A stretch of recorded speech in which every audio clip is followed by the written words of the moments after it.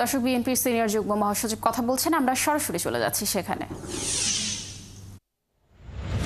দেশে দেশে এই সমস্ত এক নায়করা ফ্যাসিস্টরা তারা শিশুদের রক্ত মুগ্ধ একজন শিশু বলা যায়, একবারে কিশোর আবু সাইদ অনার্স 3rd ইয়ারে পড়ে,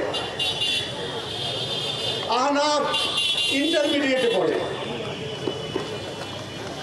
চট্টগ্রামের কি নাম যেন ওয়াসিম আকরাম ইউনিভার্সিটির 1st ইয়ারের ছাত্র, কিশোর শিশু।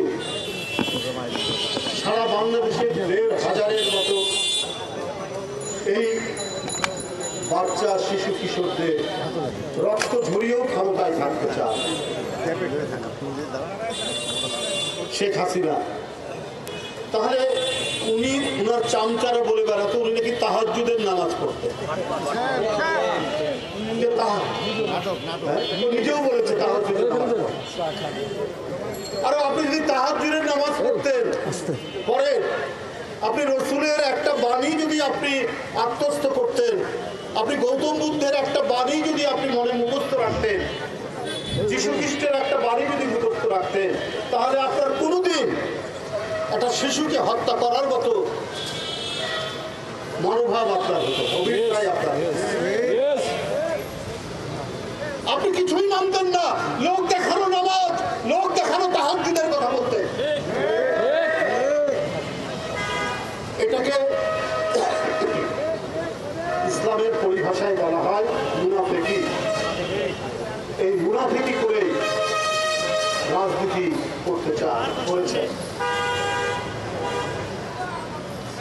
আপনারা জানেন, অথচ এই দেশেই আরেকজন নেত্রী উনি বলেছেন যে এরশাদ জোর করে ক্ষমতা নিয়েছে, আমি নির্বাচন করব না তার অধীনে।